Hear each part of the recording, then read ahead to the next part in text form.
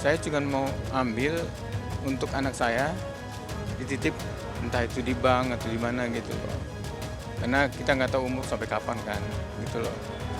Ya, saya nggak mau anak saya nanti gedenya tidak terjamin gitu aja.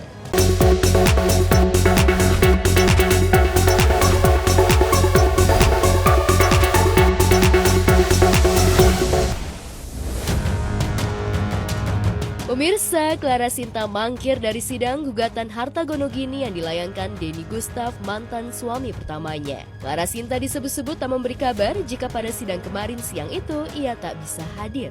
Akibat mangkirnya Clara Sinta, sidang ditunda pekan depan. Sedangkan Denny Gustaf merasa sangat kecewa, sebab keinginan Denny agar masalah ini cepat selesai malah makin panjang. Lantas bukti apa yang sudah disiapkan Denny untuk mengalahkan Clara Sinta? Ya, kita sih udah siapin semua ya untuk hari ini, cuman karena nggak datang ya kita tunggulah. Itu saya lebih ke anak saya sih sebenarnya. Kalau nanti ya dilihat babysitternya atau pembantunya gitu, cuplikan ini tolong kasih tahu ke Kino. Isu beredar Clara Sinta sengaja mangkir lantaran ingin hartanya aman. Maklum, Denny menggugat harta gono gini sebesar 13 miliar rupiah atas Clara Sinta. Namun ketakutan Clara Sinta jika hartanya diambil Denny sepertinya tak beralasan. Sebab Denny yang ditemani tim kuasa hukumnya menegaskan jika niatnya menggugat harta gono gini bukan ingin mengambil hartanya, melainkan mengamankan hak milik anaknya yang dititipkan pada Clara Sinta bundanya setelah keduanya resmi bercerai pada Juni 2022. Jadi gini ya, mungkin masyarakat juga saya kembali ingatkan lagi ya bahwa saya ini bukan mau ngambil harta gitu loh. Saya cuma mau ambil untuk anak saya dititip, entah itu di bank atau di mana gitu loh. Karena kita nggak tahu umur sampai kapan kan gitu loh. Ya, saya nggak mau anak saya nanti gedenya tidak terjamin gitu aja.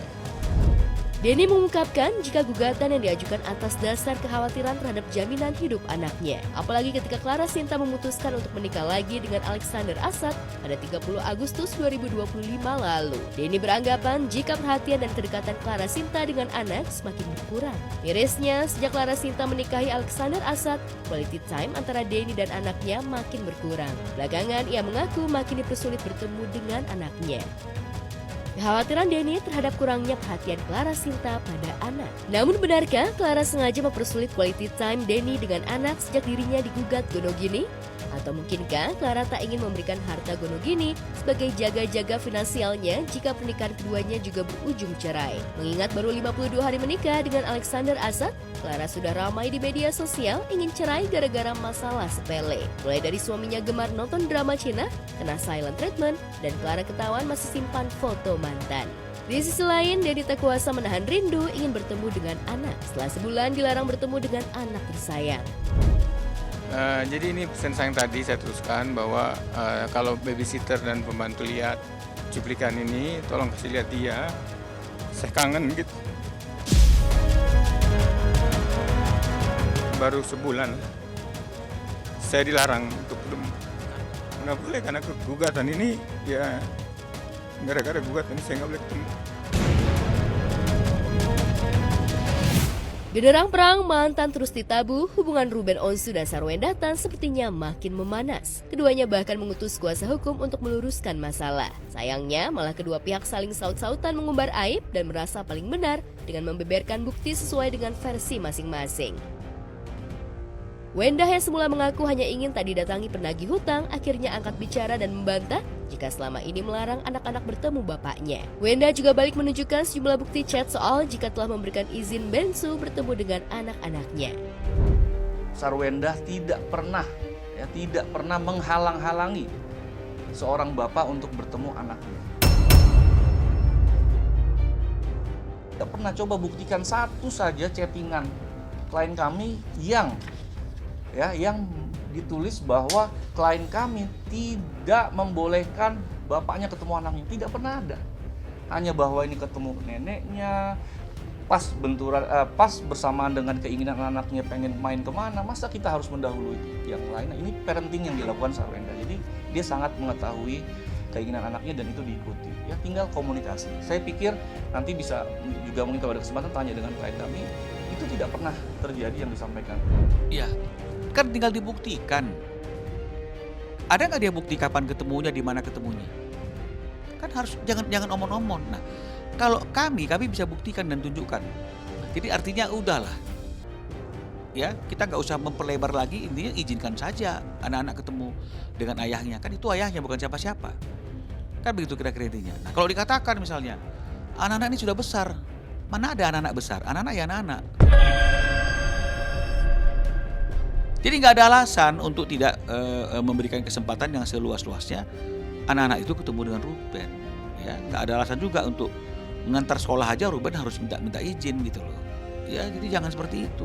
Harusnya kapanpun boleh dong Ruben datang untuk menjemput anaknya dan juga mengantar sekolah. Nah, sekarang lihat aja di postingan-postingan S itu. Siapa yang tiap hari ngantar ke sekolah anaknya?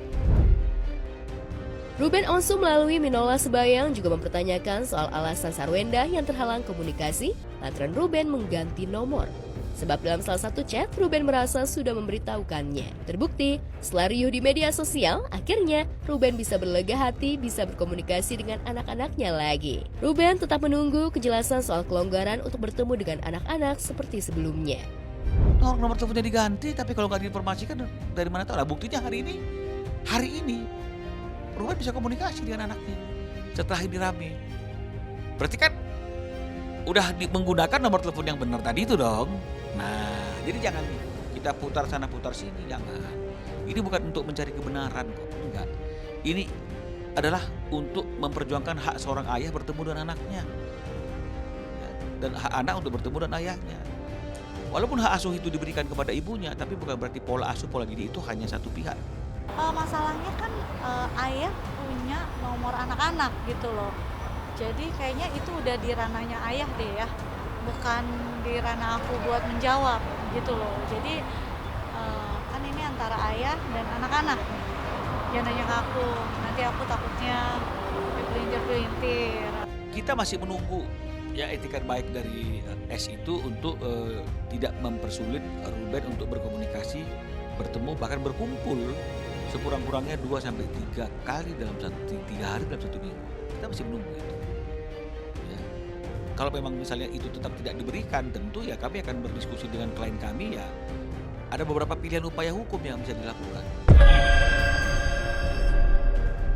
Nggak ada yang mempersulit ketemu ayahnya, tidak ada gitu. Anak-anak juga punya jadwal, ayah juga punya jadwal gitu. Terus sebagai seorang ibu ya pastinya ada tanggung jawab buat anak-anak dong gitu.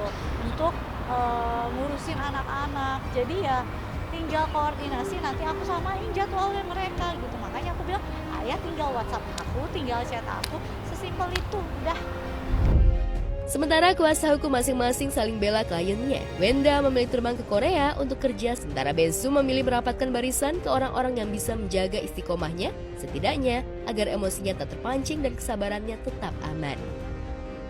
Lantas akankah Bensu bersedia menerima tawaran damai Wenda lewat pengacaranya? Bagi kita, berarti dia orang dekat. Karena orang yang jauh itu mungkin nggak nyakitin ya, nggak lebih sakit lah setidaknya. Nah maka betul, yang menyakitin kita selalu datang daripada yang paling dekat dengan kita.